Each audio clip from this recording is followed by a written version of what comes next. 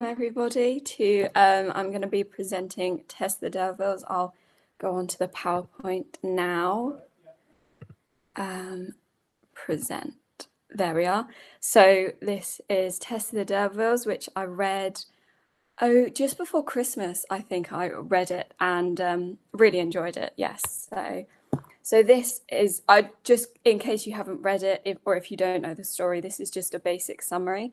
So Tess is a peasant girl who's supposedly descended from a wealthy family, the D'Urbervilles, but because her family is poor, she is sent to work for them. The son of the family then rapes her and she has a bastard child. And then she goes back to her old family and she stops working for the D'Urbervilles. And then the child dies.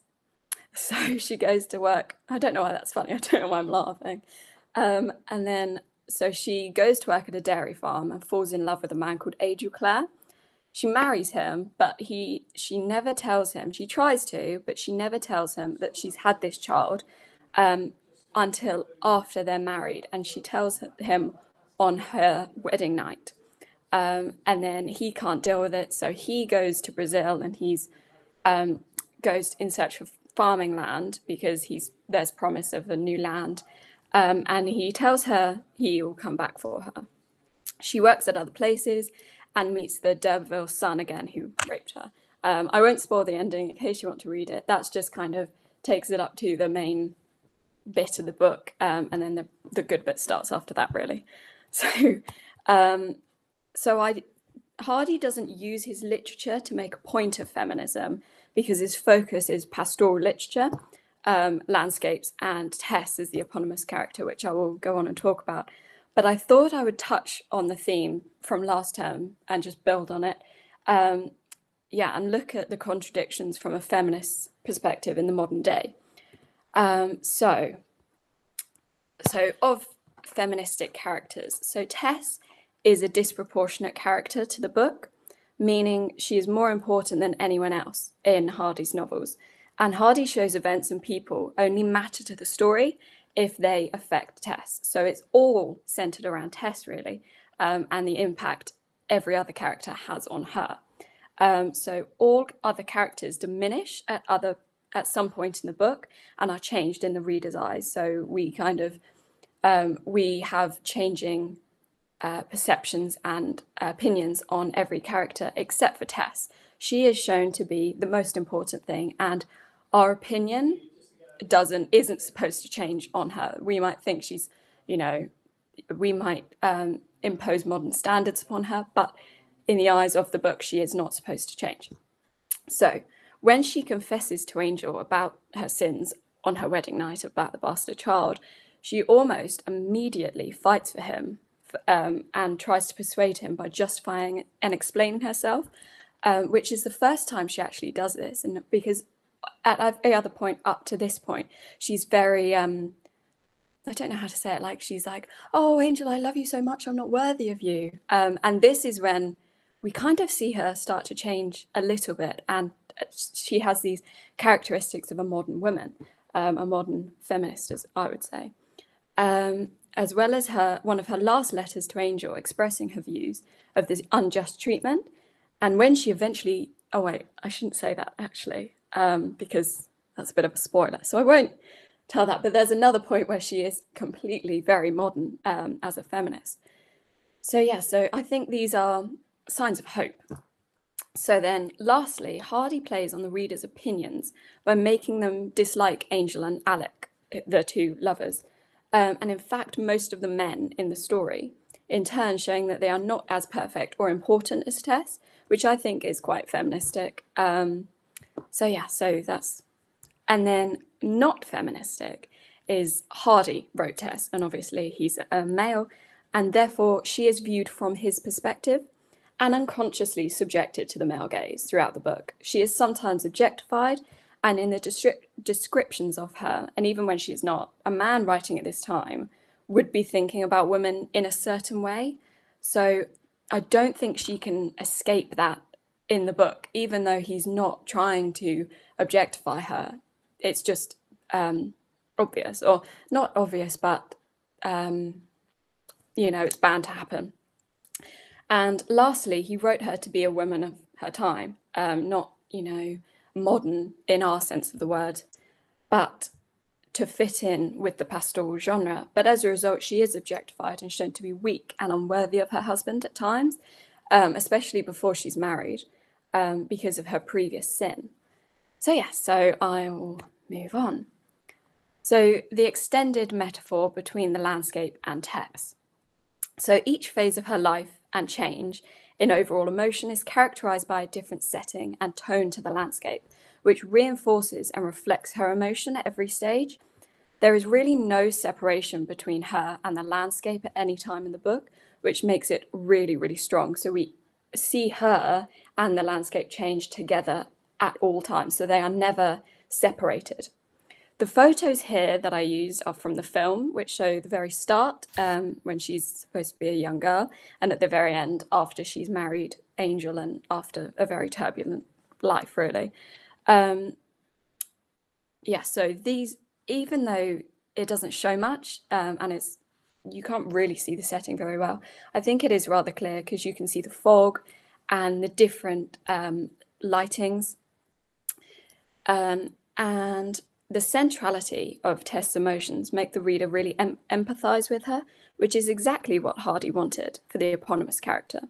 You understand what she feels so strongly that the emotions of other characters simply don't matter, partly because they are never presented. Hardy never tells us about other emotions of other characters in the book, so we only really know about Tess and therefore only care about Tess. Okay, pastoral and the betrayal.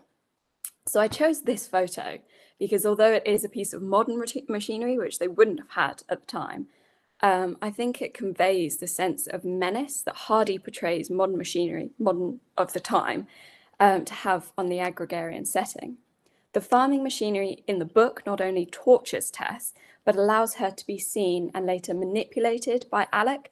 So it really is never a good thing for Tess. And considering we only care about Tess, anything that tortures her and allows her to be betrayed is bad in our eyes. And therefore, Hardy makes the reader feel very against modern machinery. So, so this pastoral is betrayed by modern machinery and the farming machinery that is brought into the farm and therefore tortures Tess. She is tortured because she is working on the machinery. I couldn't really understand it because I don't really know about farming machinery, but she has to work long hours. It's very physical work and it's very dangerous. Obviously, they don't have any of the safety mechanisms of nowadays. So she's said to be red and like all her body aches and it's torturous. Yeah. So I'm only briefly going to touch upon the presence and metaphorical meaning behind trains in the book, although there is a wealth that can be said about them.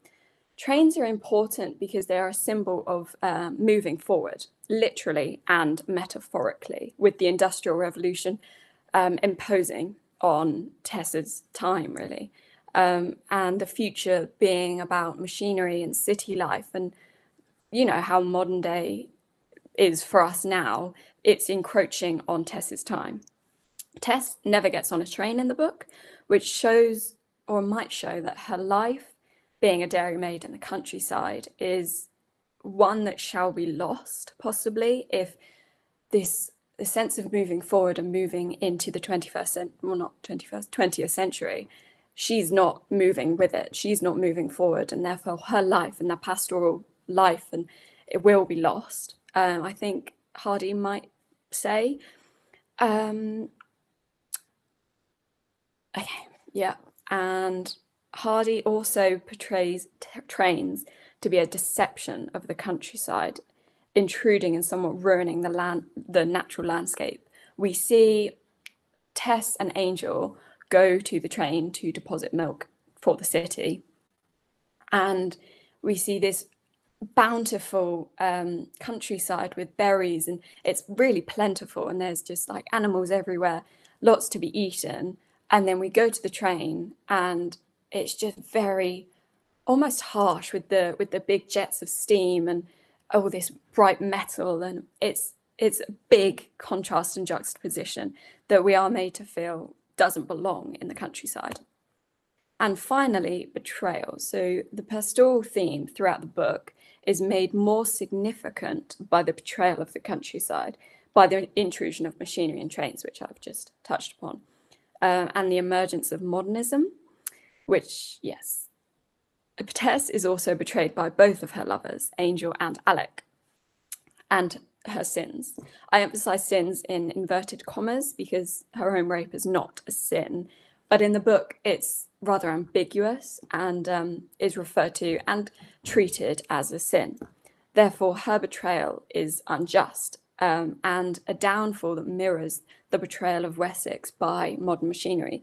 So again, it comes back to the extended metaphor throughout the book that, you know, the countryside and the pastoral is Tess, and Tess is pastoral and the machine and the countryside, and they are both betrayed. So Tess is betrayed by her lovers, and the countryside is betrayed by modernism and machinery. And so we see this all throughout the book. Yeah, so I think it's really good. I really enjoyed the book. I think I would recommend it to everyone because it's a beautiful work, and hopefully I persuaded you to read it. Stop presenting. I don't know how to stop presenting now. Don't worry, just leave it up. Okay. Phoebe and everyone else, Miss Hart's had to go because she's suddenly not feeling very well, but you've got loads of other English teachers here, as loads of other brilliant people from the library and the pupil body. So that was lovely, and a really, really thorough exploration of what I know is one of Miss Hart's favourite novels, sure one of many people's favourite novels. Go for it, everyone. Who's got questions for Phoebe?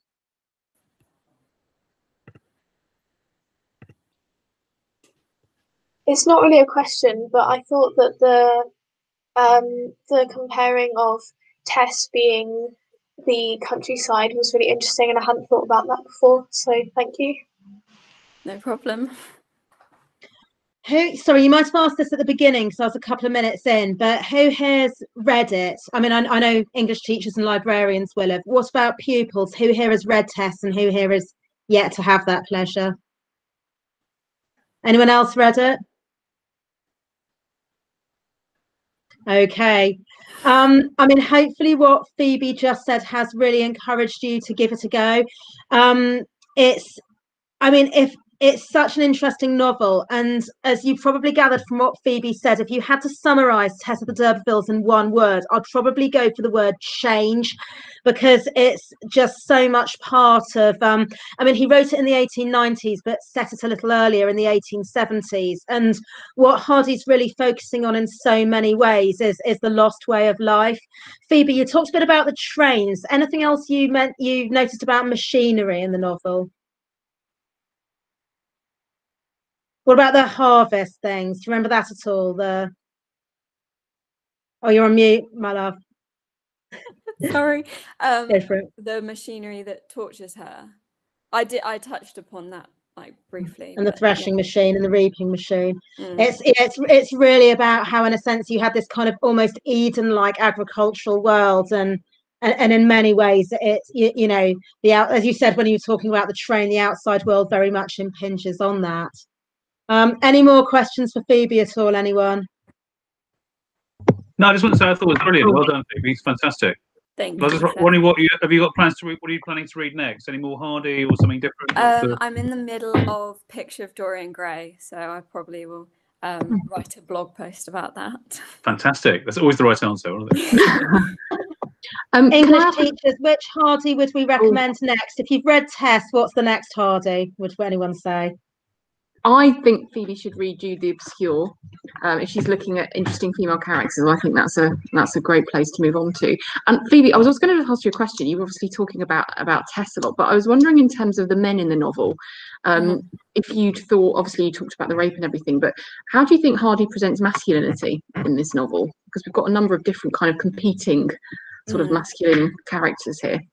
Yeah, I think it's interesting because none of the male characters, they always have a flaw or some point in the novel where like personally, you're always in a book in the novel. There's always a point where you dislike every character.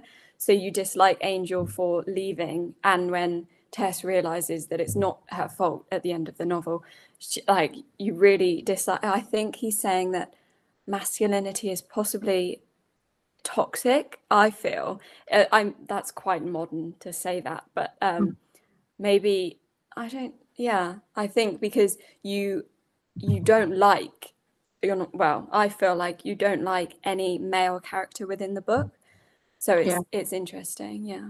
Okay, all right, thank you, and really enjoyed it, so well done. Thank you. Yeah, definitely a really, really thorough exploration of the novel. Fantastic, Phoebe. Thank you so much. Now, Miss Hart's not here to say what's happening next week, but I'm sure she will post it on the classroom. So hopefully we'll see some people back next week. I know Litsock is running each week this term. So, on behalf of Miss Hart, who has unfortunately had to go because she's not feeling very well, thank you so much for coming, everyone. And what a brilliant presentation, Phoebe. Thank you very Thank you, much. Phoebe. That was fantastic. Thank you so much, Well Bye, done. everybody. It was really Thank interesting. you. Bye-bye. Have a Thank good you. afternoon.